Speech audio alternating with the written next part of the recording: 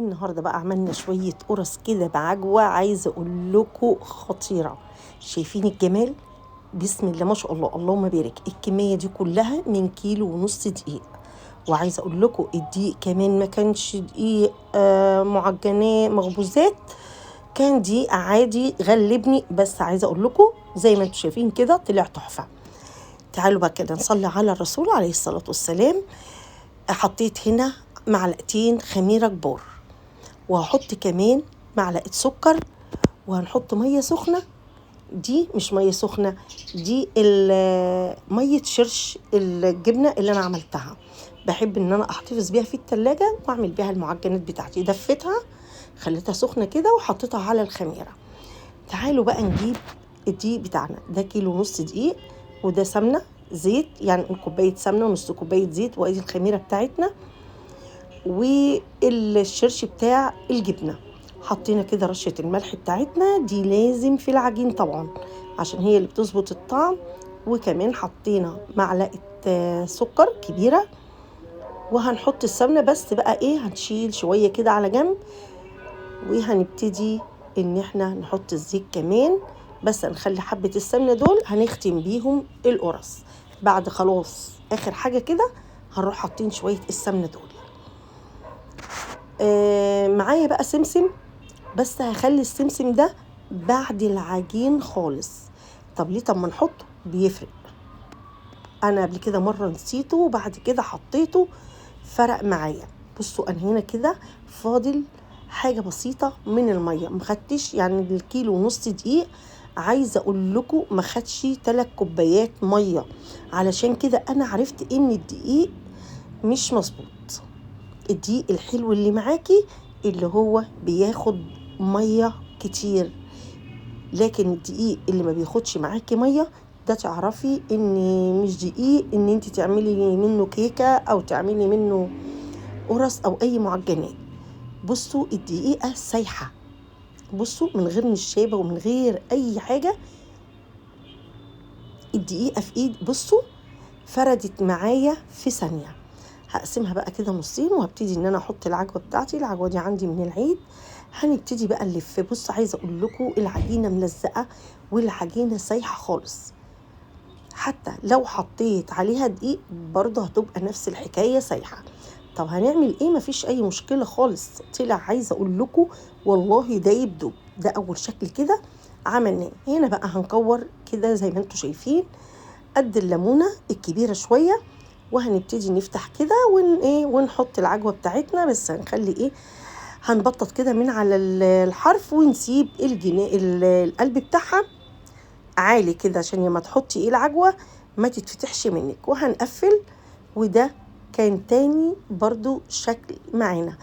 هنفتح بقى كده شرايح بالسكينه، نديها بس كشكل حلو كده من قدام، على فكره زي اللي بتتباع في الفران، وطلعت احلى كمان رغم ان الدقيق ضحك علينا. بس مفيش اي مشكله، بس انا اللي غلطانه لان انا متعوده ان انا اجيب شوال الدقيق من واحد معين من سنين طويله قوي، فخلص من عندي. فقلت خلاص هجيب بقى النهارده دقيق من بره وهبتدي اعمل بيه القرص، فمش هتكرر تاني. هنا بقى قرص كده ساده من غير اي حاجه، وهرش بقى عليها كده شويه حبه البركه، هتبقى خطيره. ده تالت شكل معانا. هنبتدي بقى كده معايا بيضة وشوية خل، وهنبتدي ندهن الوش بتاعنا. انا هنا عايزة اقول لكم انا بقطع على قد الصاج اللي انا بعمله، علشان كده كنت بقطع وبخبز على طول، يعني ما بخلوش يخمر لان انا ما فشيتش الخمر بتاعه. لو انتوا شايفين ان انا ما قطعتش ولا في صينية ولا في صاج ولا اي حاجة. هنا بقى كده برضو بنبطط كده وبنخلي العالي من جوه، وبنبتدي نحط كده معلقه سكر. ده رابع شكل معانا. عايزه اقول لكم دي بقى خطيره.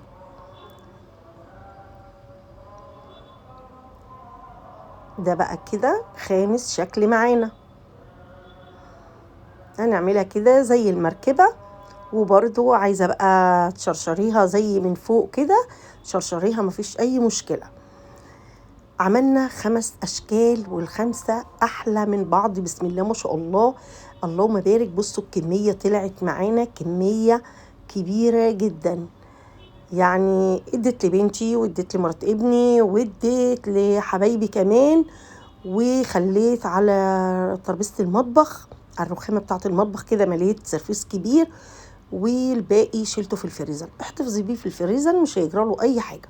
هتطلعيه هتحطيه في الميكروويف، ما عندكيش ميكروويف هتحطيه على ترابيزه المطبخ مع ما تعملي كوبايه الشاي ولا كوبايه القهوه ولا الشاي بلبن براحتك خالص، وهتلاقيه اكنك لسه عاملاه حالا. قولوا لي بقى لو انتوا بسم الله ما شاء الله اللهم بارك جبتوا الكميه دي من بره. بصوا دايبه، عايزه اقول لكم بصوا بسم الله ما شاء الله اللهم بارك، دايبه جدا جدا. وعايزه اقول لكم الطعم كمان خطير، ما بتاخدش سمنه ولا بتاخد زيت، نص كوبايه زيت وكوبايه سمنه، وبسم الله ما شاء الله طلع معانا دايب زي ما انتوا شايفين. لو جبتوا الكميه دي من بره قولوا لي كده هتجيبوها بكام؟ احنا عملناها بكوبايه سمنه مع نص كوبايه زيت مع كيلو ونص دقيق. طبعا السكر موجود بقى عندنا في البيت، والسمنه موجوده والزيت وبركه ربنا موجوده. بصوا بقى عايزه اقول لكم طريه جدا جدا، انا مش عايزه اقطع اي حاجه، بس انا ببينها لكم اهي ان هي بسم الله ما شاء الله اللهم بارك خطيره. الجو حر، مش محتاجين ان احنا نحضر فطار ونملى صينيه اشكال والوان، لا، قرصه زي ديت كده مع كوبايه شاي، مع كوبايه شاي بلبن، مع كوبايه قهوه، اللي انتوا عايزينه. عايزه اقول لكم خطيره بسم الله ما شاء الله. دي بقى الساده، عايزه اقول لكم رشيت كده عليها حبه البركه. بصوا بسم الله ما شاء الله تحفه. ما تكسلوش، الجو حر، هتعملوا كده كيلو ونص هتحطوه في التلاجة، هتفطروا منه بالليل زهقانين، نطلع برضو كده ممكن نتعشى منه مع اي كوباية عصير حتى بالليل. خطيرة، جربوها هتعجبكم جدا جدا، ومش مكلفة ولا متعبة والله. انا عشان عندي اكل النهاردة فقلت ايه بدل ما انا فاضية كده هقوم اعمل شوية قرص معاكم، وعايزه اقول لكم ما خدوش وقت خالص. بسم الله ما شاء الله اللهم بارك، ما خدوش اي وقت. وبصوا الكميه اللهم بارك، الكميه طلعت كبيره جدا. يعني انا عن نفسي ما كنتش متخيله من كيلو ونص دقيق هتطلع لي الكميه ديت، رغم ان الدقيق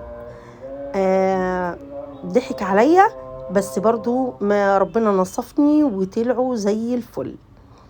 قبل ما تجيبوا شوفوا نوع الدقيق الاول. انا الدقيق اللي انا جبته ده كان دقيق سايب من عند العلاف، لكن انتوا بقى اي سوبر ماركت جنبيكوا هاتوا الاكياس احسن بكتير جدا جدا. لو انتوا مش معاملين حد يبقى هاتوا زي ما انا قلت لكم كده من سوبر ماركت الكيس، علشان تطلع معاكم مظبوطه. بصوا الكميه بسم الله ما شاء الله اللهم بارك، الكميه طلعت معايا زي الفل. جربوا، هيعجبكم جدا جدا جدا، وهيوفر معاكم كتير قوي. اتمنى الفيديو يكون عجبكم.